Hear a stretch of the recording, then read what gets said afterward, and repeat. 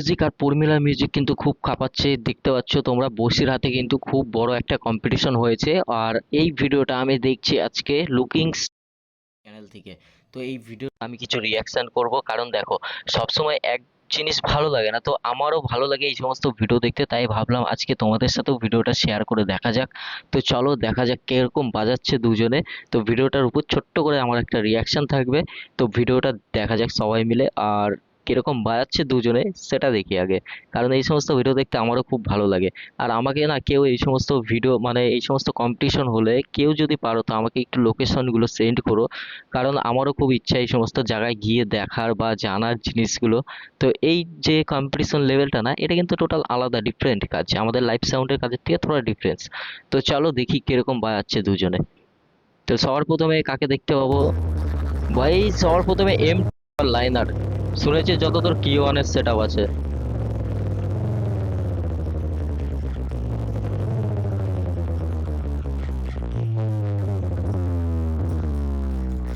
ভাই এক বাত বাতাও, আমাকে একটা কথা বলো যে এখানে যারা আছে তারা কি মানুষ নাকি অন্য কিছু? ভাই এইভাবে যদি এয়ার কাঁপাতে পারে তাহলে বুঝতে পারছো মাঝখানে প্রেসারটা কি লেভেলের ছিল। মাথা খারাপ, হেডফোনে শুনছি তাই তাই বোঝা যাচ্ছে যে বেসের হার্ডনেসটা কতখানি ছিল।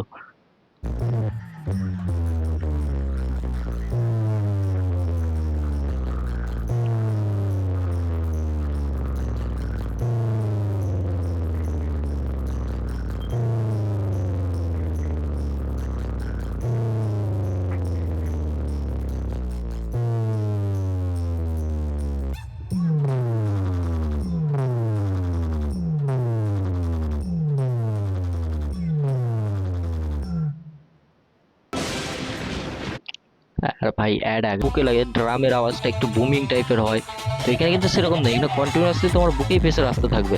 তো চলো এবার ফর্মুলার টেস্টিংটা দেখে নিই, ফর্মুলা কি হচ্ছে। ভাই ফর্মুলা ইডিএম চালাচ্ছে।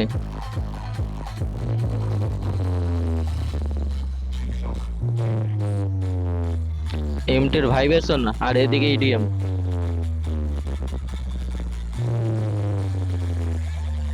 কিন্তু আমি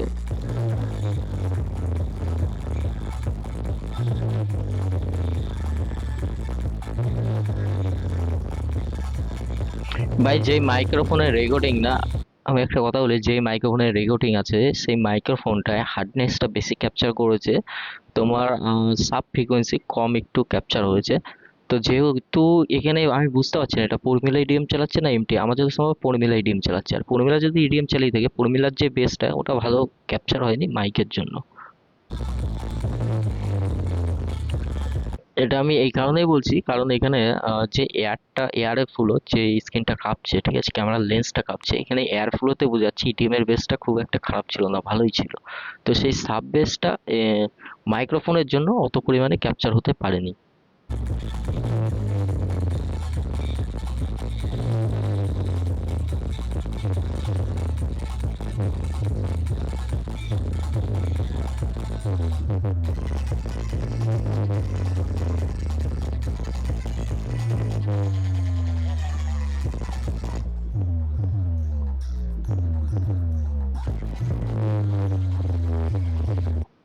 ভাই এমটি চালাচ্ছে ভাইব্রেশন, উর্মিলা চালাচ্ছিল ইডিএম, জানি না উর্মিলা কি করবে ভাই। এখানে কিন্তু ভাইব্রেশনের সামনে ঠিক আছে ইডিএম ফিডিএম সব বাচ্চা হয়ে যায়।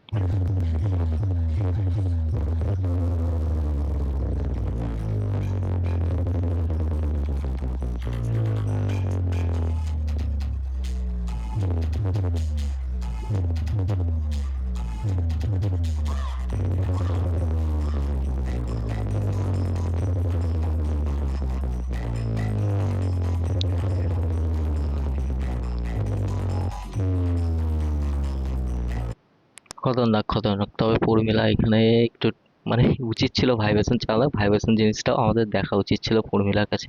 বাট উর্মিলার যে টেস্টিং এ ভাইব্রেশন গুলো চলছিল সেগুলো কিন্তু খুব দারুণ চলছিল। তো দুজনেই ওভারঅল গুড। দেখো কম্পিটিশনে গেছি, আমরা তো কম্পিটিশনে যাই না কখনো, তো দূর থেকে কিছু বলতে পারছি না, বাট কাছে গেলে আরো ভালো এক্সপিরিয়েন্স করতে পারতাম। ভিডিওটা কেমন হয়েছে জানিও, ছোট্ট করে একটা রিয়াকশন ভিডিও ছিল।